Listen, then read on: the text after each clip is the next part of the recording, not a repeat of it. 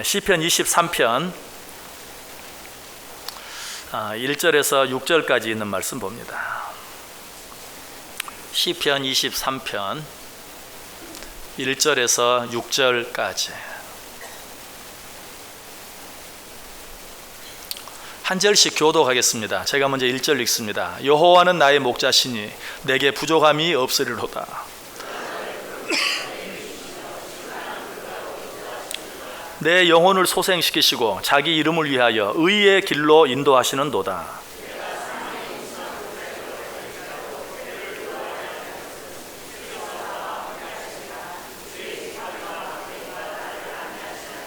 주께서 내 원수의 목전에서 내게 상을 차려주시고 기름을 내 머리에 부으셨으니 내 잔이 넘치나이다.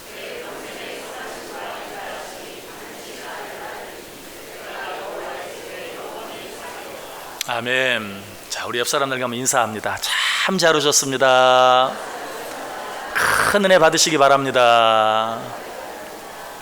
예, 여러분들 정말 잘 오셨습니다. 하나님의 큰 은혜가 여러분 모두 위에 오늘 또 충만하시기를 주님의 이름으로 간절히 축복합니다. 예, 제 목소리가 좀 많이 감기 때문에 많이 쇠어서 여러분들에게 불편한 목소리로 말씀을 전하고 또 듣게 해서 너무 죄송합니다. 목사는 목소리 관리 잘못하는 것도 죄입니다. 용서하시고 이해해 주시고 그리고 더 많이 기도해 주시면 감사하겠습니다. 여호와가 나의 목자가 되시니 나는 부족함이 없다. 자, 그런데 여호와 하나님이 나의 목자이시다 라는 이 말을 다른 관점에서 다른 말로 표현한다면 어떻게 표현할 수 있을까요? 나는 주의 양이다. 그렇죠? 여호와는 나의 목자이시다. 이 말을 다른 말로 하면 나는 주의 양이다. 그러므로 여호와를 나의 목자로 모시기 위해서는 내가 양이 되어야 된다고 그랬어요. 양이 되려면 양이 어떤 존재인지를 알아야 된다고 그랬죠. 양이 어떤 존재라고요? 양은 방향 감각이 없어서 목자가 없이 자기 스스로는 아무데도 갈 수 없는 그런 존재예요. 그러므로 내가 양이 되기 위해서는 내가 어디로 가야 하는지 누구에게? 목자에게 물어야 돼요. 그리고 내 길을 인도해 달라고 목자에게 늘 부탁해야 돼요. 무엇보다 중요한 것은 그 양이 나를 인도하면 그 인도함에 순종함으로 따라야 돼요. 이것이 지난 주일에 여러분에게 드렸던 말씀이에요. 자, 그런데 양이 되기 위해서 우리가 알아야 될 또 한 가지 양이 가진 중요한 특성이 있어요. 그것은 양은 그저 단순히 동서남북 방향을 구별할 줄 모를 뿐만 아니라 참으로 무력한, 힘이 없는 약한 존재라는 것이. 그래서 양은 자기의 천적들로부터 자기를 보호할 수 있는 무기가 하나도 없어요. 날카로운 이빨도 없죠. 발톱도 없습니다. 강하고 뾰족한 뿔도 없어요. 그렇다고 자기를 공격하면 빨리 도망칠 수 있는 튼튼한 다리도 없어요. 그리고 멀리 볼 수 있는 예리한 눈도 없어요. 그야말로 자기가 자기를 지킬 수 있는 어떤 무기가 한 가지도 없는 것이. 그래서 양은 목자가 필요해요. 그러면 우리가 여호와 하나님을 우리의 목자로 모시기 위해서는 우리가 그분의 양이 되기 위해서는 무엇보다도 내가 너무나 무력한 존재라는 사실, 내가 나를 지키고 내가 나를 보호할 수 있는 어떤 힘이나 능력이나 무기가 나에게 전혀 없다는 사실을 인정해야 돼. 오늘 여호와는 나의 목자시니 내가 부족함이 없다라고 고백한 다윗은 그렇게 했어요. 시편 39편 5절에 보면 주께서 나의 날을 한 뼘 길이만큼 되게 하시매 나의 일생이 주 앞에는 없는 것 같사오니 사람은 그가 든든히 서 있는 때에도 진실로 모두가 허사뿐이니이다. 주께서 나의 날을 한 뼘 길이만큼 되게 하셨다. 여러분, 한 뼘 길이, 이건 뭐예요? 아무것도 아니라는 얘기죠. 우리가 이 세상을 수십 년 살아가는데 이제 100세 인생이 되었다고 말하는데 그 인생이 한 뼘도 되지 않는 것이다. 그래서 내 날이 주 앞에는 마치 없는 것 같다. 나라는 존재가 있는 것 같지만 주 앞에서 생각해 보면 없는 것이나 다름이 없다. 이것은 다윗이 너무나 힘들고 어려울 때 뿐만 아니라 자기가 한 나라의 왕으로 서 있는 때에도 정말 나는 주 앞에 내어놓으면 아무것도 아닌 없는 것 같은 그런 존재다라고 이야기하고 있어요. 그래서 방금 읽었던 말씀 뒷부분에 보면 사람은 그가 든든히 서 있는 때에도 진실로 모두가 허사뿐이니이다.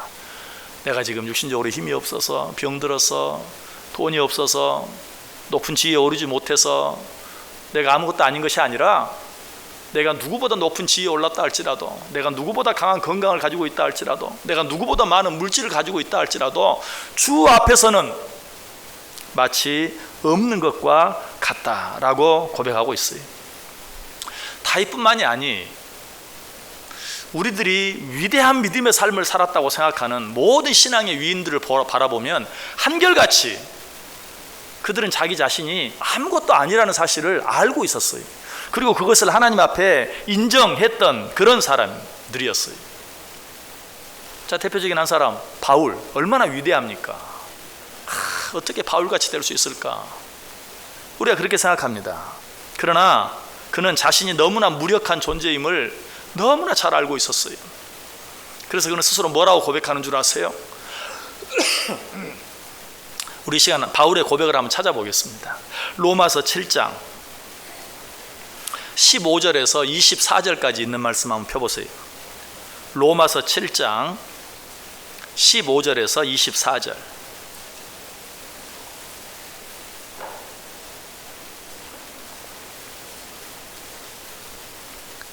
로마서 7장 15절에서 24절. 우리 다 같이 한 목소리로 읽어볼까요? 내가 행하는 것을 내가 알지 못하노니 곧 내가 원하는 것은 행하지 아니하고 도리어 미워하는 것을 행함이라. 만일 내가 원하지 아니하는 그것을 행하면 내가 이로써 율법이 선한 것을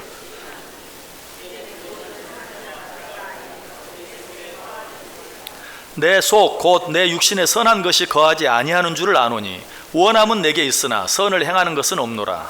내가 원하는 바 선은 행하지 아니하고 도리어 원하지 아니하는 바 악을 행하는도다. 만일 내가 원하지 아니하는 그것을 하면 이를 행하는 자는 내가 아니요 내 속에 거하는 죄니라. 그러므로 내가 한 법을 깨달았노니 곧 선을 행하기 원하는 나에게 악이 함께 있는 것이로다. 내 속사람으로는 하나님의 법을 즐거워하되 내 지체 속에서 한 다른 법이 내 마음의 법과 싸워 내 지체 속에 있는 죄의 법으로 나를 사로잡는 것을 보는도다. 오호라, 나는 곤고한 사람이로다. 이 사망의 몸에서 누가 나를 건져내랴. 아멘. 바울의 이 고백을 보세요. 맨 먼저 뭐라고 고백하죠? 내가 행하는 것을 내가 알지 못하노니 곧 내가 원하는 것은 행하지 아니하고 도리어 미워하는 것을 행함이라. 내가 나를 봤더니 내가 하려고 하는 것은 하지 않고 하지 않으려고 하는 것만 하고 있다. 내가 하고 싶은 것은 하지 못하고 하지 않으려고 하는 그것들을 행하고 있는 내 모습을 내가 본다. 그리고 내가 내 자신을 더 자세히 봤더니 내 안에 나 아닌 죄가 있다. 그리고 그 죄가 나를 마음대로 이리저리 끌고 다닌다. 그래서 마지막에 뭐라고 말하죠? 오호라, 나는 곤고한 사람이로다. 이 사망의 몸에서 누가 나를 건져내랴. 나같이 불쌍한 사람이 어디 있는가? 죄의 마음대로 끌려다니는, 내가 하고 싶은 일 마음대로 못하고 하지 말아야 될 일을 하고 있는 내가 얼마나 불쌍한 자인가 라고 고백하고 있는 것을 보게 돼요. 바울도 그러했어요. 뿐만 아니라 모세도 마찬가지입니다. 모세 얼마나 위대한 신앙의 지도자였습니까? 얼마나 위대한 일을 이루어냈습니까? 그러나 그도 자기가 하나님 앞에서 얼마나 연약한 존재인가 하는 것을 너무 잘 알았어요. 자, 그의 고백도 한번 찾아보겠습니다. 시편 90편 한번 찾아보세요. 시편 90편 3절에서 10절까지 있는 말씀.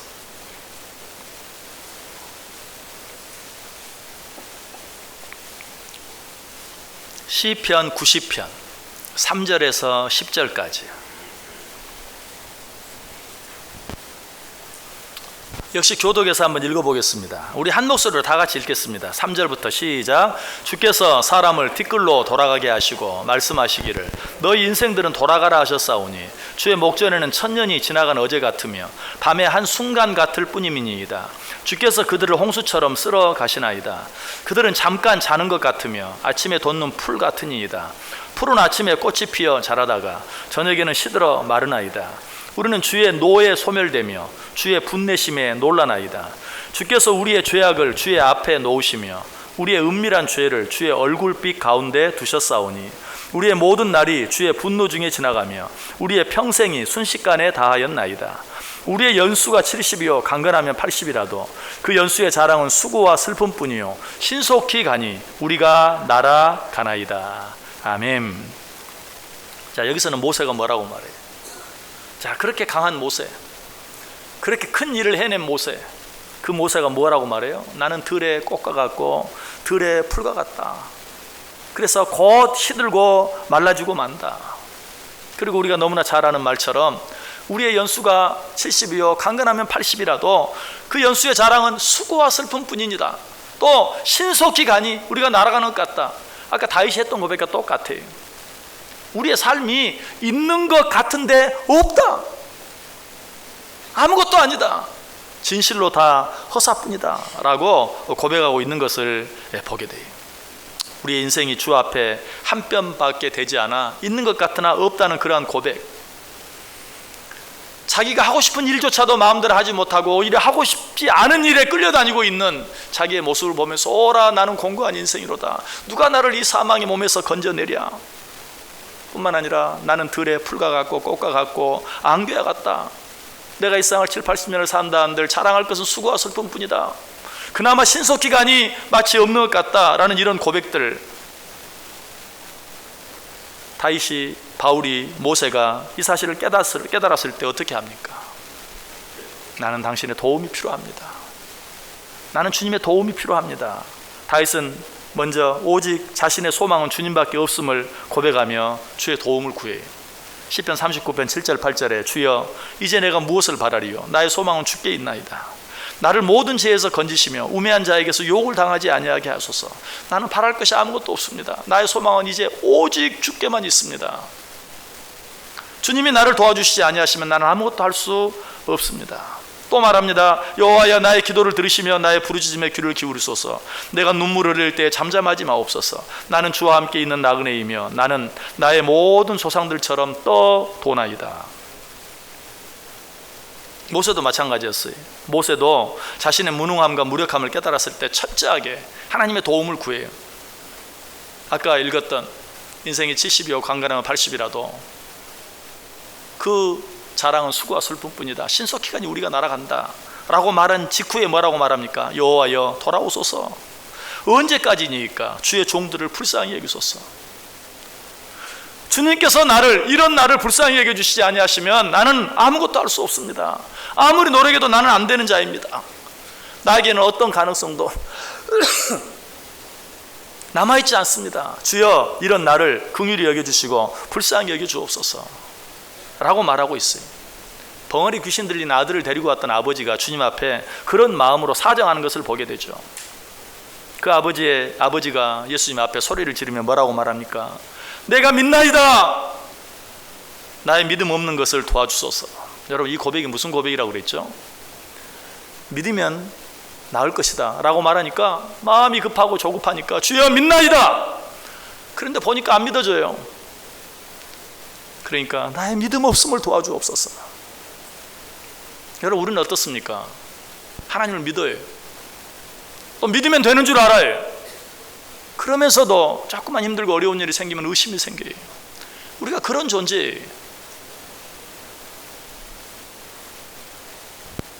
벙어리 귀신 들린 아들의 아버지가 그러했어요. 그래서 내가 믿나이다. 주여 그러나 나를 불쌍히 여겨주옵소서. 믿는데 안 믿어집니다. 이거 말이 이상하죠. 믿는데 안 믿어집니다. 믿는데 의심이 생깁니다. 이런 나를 불쌍히 여겨주시지 아니하시면 아무것도 할 수 없습니다. 주여 나를 불쌍히 여겨주옵소서. 여러분 우리에게 필요한 것은 주님께서 우리를 긍휼히 여겨주시는 은혜뿐이에요. 주님께서 우리를 불쌍히 여겨주시지 아니하시면 우리는 아무것도 할 수 없는 것이, 우리가 오늘 이 시간에 이 자리에 앉아서 지난주에 그러했던 것처럼 오늘도 똑같은 모습으로 하나님께 예배할 수 있는 것, 하나님의 은혜 때문이에요. 하나님이 불쌍히 여겨주셨기 때문에 그런 것이. 예레미야 선지자는 이 사실을 깨달았어요. 그래서 예레미야 3장 22절 23절에 뭐라고 고백하는 줄 아세요? 여호와의 인자와 긍휼이 무궁하심으로 우리가 진멸되지 아니함이니이다. 이것이 아침마다 새로우니 주의 성실하심이 크도소이다. 여러분, 이 고백이 무슨 고백인 줄 아세요? 주의 인자와 자비가 크심으로 우리가 진멸되지 아니했습니다. 이 말을 오늘 우리 형편에 맞추어서 생각해 보면, 나를 향한 주의 인자하심과 자비가 너무 크셔서 지난 한 주간 동안 내가 망하지 아니하고 죽지 아니하고 오늘 이 자리에 또 나와서 하나님 앞에 예배드립니다. 우리를 향한 주의 성실이 얼마나 크신지요. 우리를 향한 주의 성실이 아침마다 새롭습니다. 여러분, 사실 우리가 아침에 눈 뜰 때마다 이렇게 고백할 수 있어야 돼요. 우리는 저녁에 잠자리에 들면서 어때요? 죽었어요. 뭐 영원히 하나님이 안 깨워주시면 그만이에요. 그런 하나님이 또 깨워주셔서 새날을 맞게 하세요. 그때마다 우리는 정말 그렇게 고백해야 돼요. 주님께서 나를 인자로 자비로 성실하심으로 대해주시니 내가 오늘 또 새로운 하루를 맞고 눈을 뜨고 숨을 쉽니다. 나를 향한 하나님 인자하심과 자비하심이 얼마나 크신지요 라고 하나님을 찬양할 수 있어야 돼요. 느헤미야도 비슷한 고백을 합니다. 느헤미야 9장 31절에서 주의 크신 긍휼로 그들을 아주 멸하지 아니하시며 발하지도 아니하셨사오니 버리지도 아니하셨사오니 주는 은혜로우시고 불쌍히 여기시는 하나님이심이니이다. 여러분, 하나님이 우리를 불쌍히 여겨주시지 아니하시면 다음 주 이 시간에 우리가 여기 있을 수 없습니다. 하나님이 이 한 주간도 우리를 긍휼히 여겨주시고 불쌍히 여겨주셔야 다음 주에 또 이 모습으로 이 자리에 나와서 하나님께 예배할 수 있는 것이, 우리가 그런 존재인 것을 인정하는 것이 우리가 주의 양이 되는 것이, 우리가 그렇게 할 때만 주님께서 우리의 목자가 되어 주시는 것이. 다윗도 이 사실을 깨닫고 뭐라고 기도한 줄 아세요? 시편 40편 11절에 여호와여 주의 긍휼을 내게서 거두지 마시고 주의 인자와 진리로 나를 항상 보호하소서. 주의 긍휼을 내게서 거두지 마소서. 여러분, 이 말이 무슨 말인 줄 아세요? 지금까지 주님께서 내게 나를 불쌍히 여겨주셔서 여기까지 왔습니다. 앞으로도 나를 불쌍히 여겨주셔야, 그 불쌍히 여겨주시는 것을 거두어 가지 마셔야 내가 한 걸음이라도 앞으로 나아갈 수 있습니다. 주여 주의 긍휼을 내게서 거두지 마시고 지금까지 그러했던 것처럼 주의 인자와 자비로 나를 항상 보호하소서라고 고백하고 있어요. 그리고 시편 9편 13절에는 또 이렇게 말합니다. 여호와여 내게 은혜를 베푸소서. 나를 사망의 문에서 일으키시는 주여 나를 미워하는 자에게서 받는 나의 고통을 보소서. 그래서 뭐라고 말해요? 하나님을 나를 사망의 문에서 일으키시는 주. 지금 사망 문 앞에 있는데 거기서 일으켜주시는 것이, 일으켜주지 않으면 끝나는 거예요. 그런데 사망의 문 앞에서 나를 일으켜 세워주신다.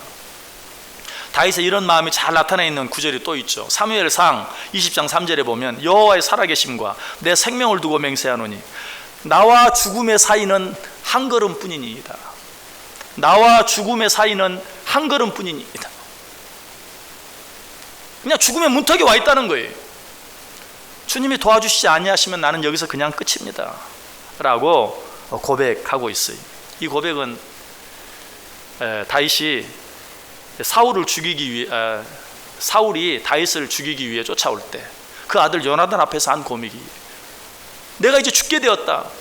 나와 사망의 사이는 한 걸음뿐이다 라는 고백이. 여러분, 그런데 이 고백이 사울에게 쫓겨다니는 다윗에게만 해당되는 고백입니까? 저와 여러분은 그렇지 않습니까? 여러분, 과학이 발달하면 할수록, 문명이 발달하면 갈수록 내 앞에 어떤 일이 언제 어떻게 생길지 도무지 감을 잡을 수가 없어요. 날마다 여러분 TV 뉴스를 통해서 듣는 소식들을 들어보세요. 카페에서 차를 마시고 있는데 차가 그 카페 안에 들어와서 나를 치어요.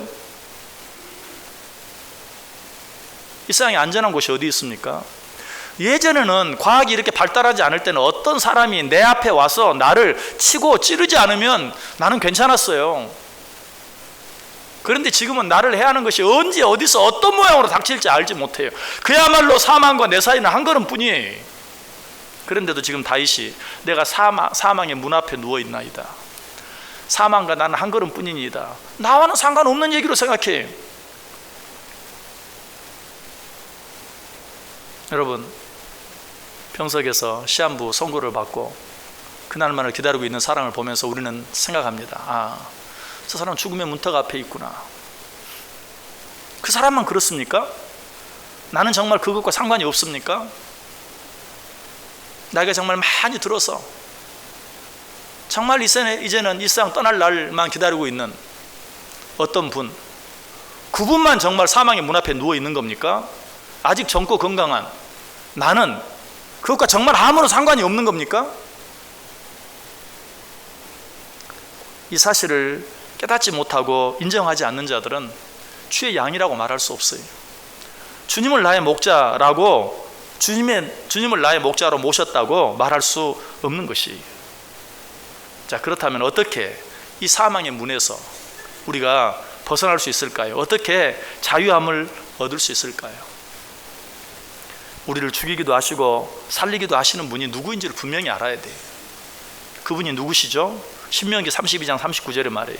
이제는 나 곧 내가 그인 줄 알라. 나 외에는 신이 없도다. 나는 죽이기도 하며 살리기도 하며 상하게도 하며 낫게도 하나니 내 손에서 능히 빼앗을 자가 없도다.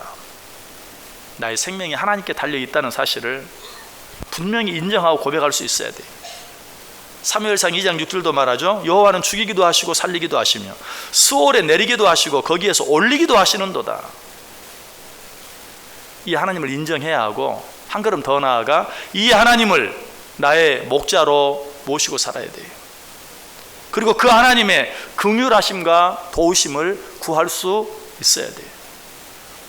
나는 동서남북을 구별할 줄 모르는, 방향 감각이 전혀 없는 그런 존재일 뿐만 아니라 너무나도 무력해서 내가 나를 위하여 할 수 있는 일이 하나도 없고 내가 나를 지킬 수 있는 무기가 하나도 없다는 사실을 인정하고 주여 나를 긍휼히 여겨 주옵소서, 주여 나를 불쌍히 여겨 주옵소서 라고 할 때만 주님께서 나의 목자 되어 주시고 나는 그분의 양이 되어지는 것이.